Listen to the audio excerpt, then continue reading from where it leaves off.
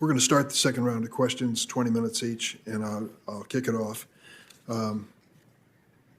This is an unusual document, this Constitution of ours, which has taken up so much time in the hearing, the conversation about it. And it is really at the core of public service. I don't know that there's a place that you can take a job at the federal level in any branch of government without taking an oath to defend this document. I don't know about other countries and the oaths that might be required, but we even within the Constitution spell out the oath to be taken by the President of the United States, and it's to uphold and defend this document. And there's great debate about just what this document means in today's context. We understand the wisdom, the inherent wisdom of the document, and the fact that we're still here some 230 years later with the design of a government that has endured longer than virtually any other democracy, which, of course, speaks to the wisdom of the Founding Fathers and their plan for this nation. But we also understand, taking an honest look at it, that you barely get into this document, Article 1, Section 2, then you run into a problem. Because in Article 1, Section 2, the article that relates to Congress, they talk about who will be counted for apportionment among the states, and there is that awful reference to 3/5 of all other persons, which, though the document never mentions the word slavery or slaves, what was being spelled out here by the Founding Fathers was, how are we going to count these slaves?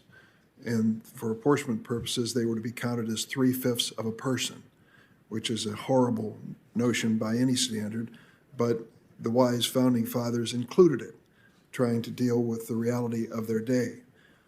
I hear debates back and forth of originalists, textualists, and others, and you've been asked as often as any nominee what your thought is. You've talked about stay in your own lane, judiciary, and methodology and the like.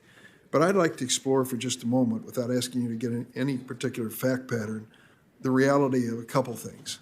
First, when the Bill of Rights was written, the First Amendment to it made certain to guarantee freedom of press. Freedom of the press in 1790 was, of course, referring to a piece of paper, a newspaper, and saying that there would be freedom to engage in that process in this democracy of America. Now that freedom of press is referring to this, and things have changed an awful lot. We have a circumstance now where people no longer have just a handful of television networks or known publications, Washington Post, New York Times, and such, but turn for their sources of information to places like Facebook and Twitter and beyond. And we have a real serious question about what is a publication in America? What does it take to be a publication and be press? Is my blog that I publish tomorrow the press, guaranteed with a constitutional right that I have a right to publish it as I wish, say what I want to say with certain boundaries? And I guess my question to you as we look at this is, how do you move from the language of 1789, 1790 to the reality of 21st century and make sure it's relevant? If more people are relying on Facebook and Twitter, for example, for information than they are common sources of television and newspapers, how do we rationalize that they can say, Facebook and Twitter, to a former president of the United States, you can't publish here. You're not going to be allowed to do it, and they've done that.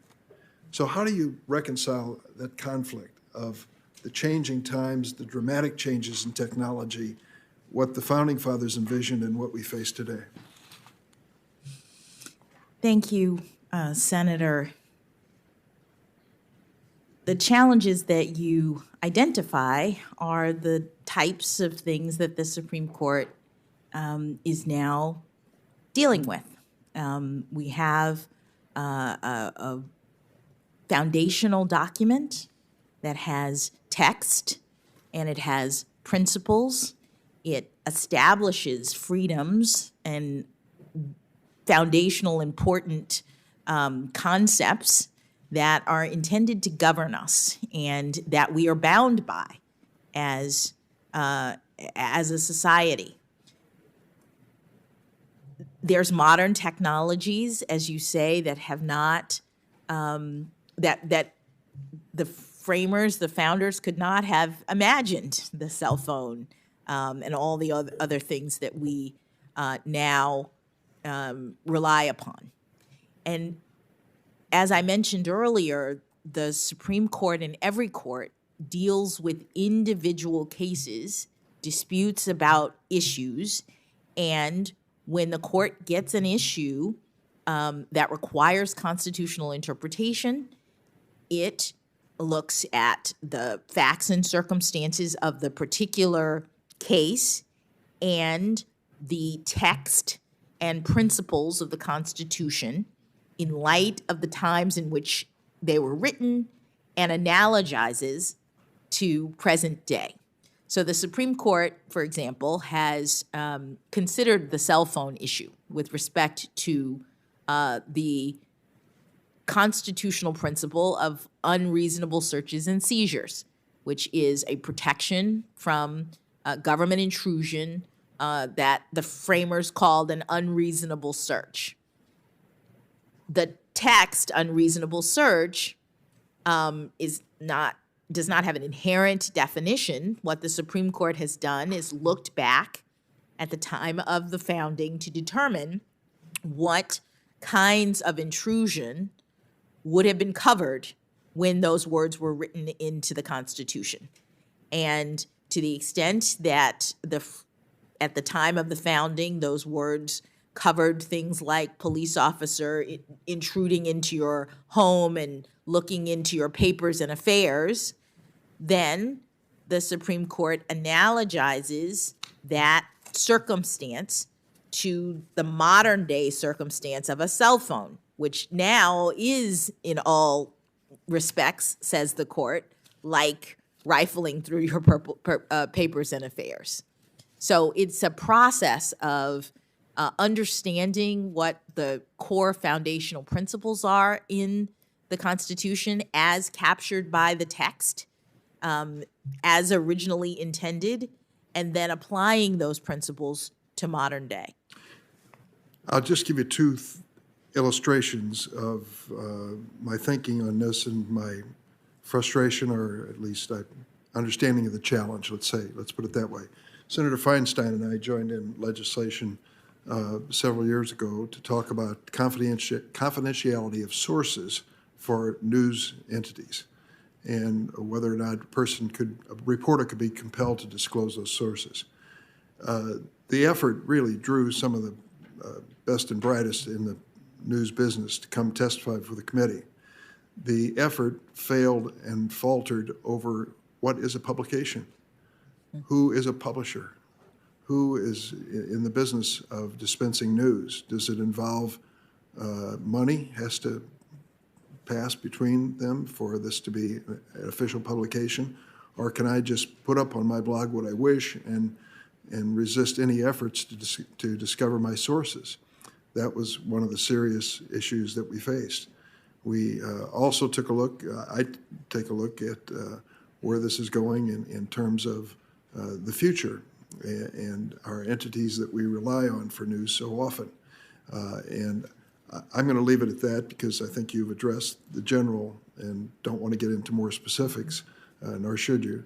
But when people pledge that, they are originalists, we're sticking with the original words, you better have your mind open to the reality that this world is changing and changed, and many of those principles are sound today, but the challenges of interpreting them with the reality of today's technology is a challenge, a very difficult one, which you would face in the court. I'm going to try to set an example here. We have 20 minutes, and I'm going to try to yield back some part of it. I see that Senator Cornyn is here, and I'm glad he is, because I'm going to address an issue which he raised yesterday and again this morning. And I wanted to do it while he was physically present so that when he gets his turn, he can address it. I'm sure he will. Yesterday, Senator Graham said that you had gone too far in calling the government, quote, a war criminal and pursuing charges against a terrorist. Later, Senator Cornyn asked Judge Jackson, I quote, "You referred to the Secretary of Defense and President of the United States as war criminals. Why would you do something like that?" As I noted yesterday and repeat this morning, these charges don't hold up. CNN fact check said, quote, "Both Graham and Cornyn left out important context. Specifically, neither mentioned that Jackson's allegation of war crimes was about torture. Also, Jackson didn't explicitly use the phrase war criminal. The New York Times noted that the allegation, quote, is a distortion and lacks context. The New York Times went on to say, Judge Jackson did not specifically call the former president and defense secretary war criminals.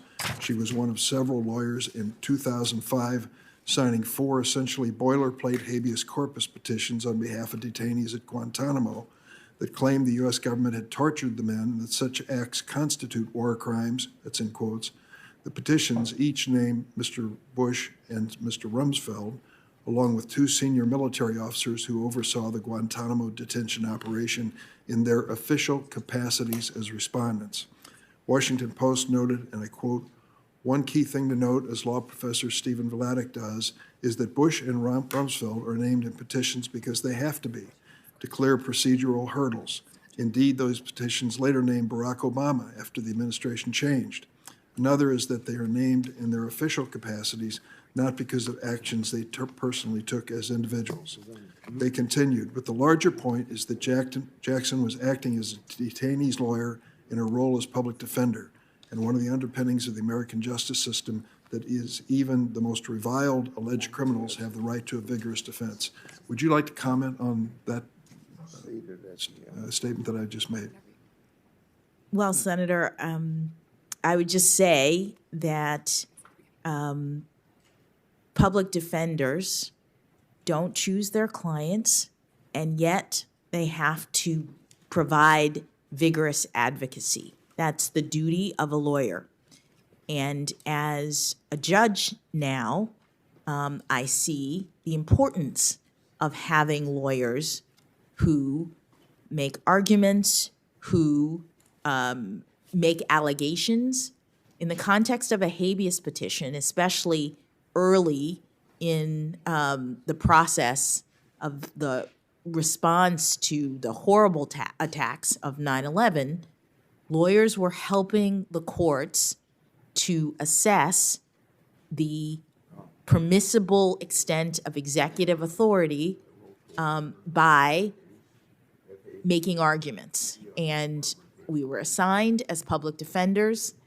We had very little information because of the confidentiality or classified nature of a lot of the record. And as an appellate lawyer, it was my obligation to file habeas petitions on behalf of my clients. Thank you, Judge. I'm going to try to set an example by yielding back about 7 minutes of my time. I invite my colleagues to follow that example if they wish.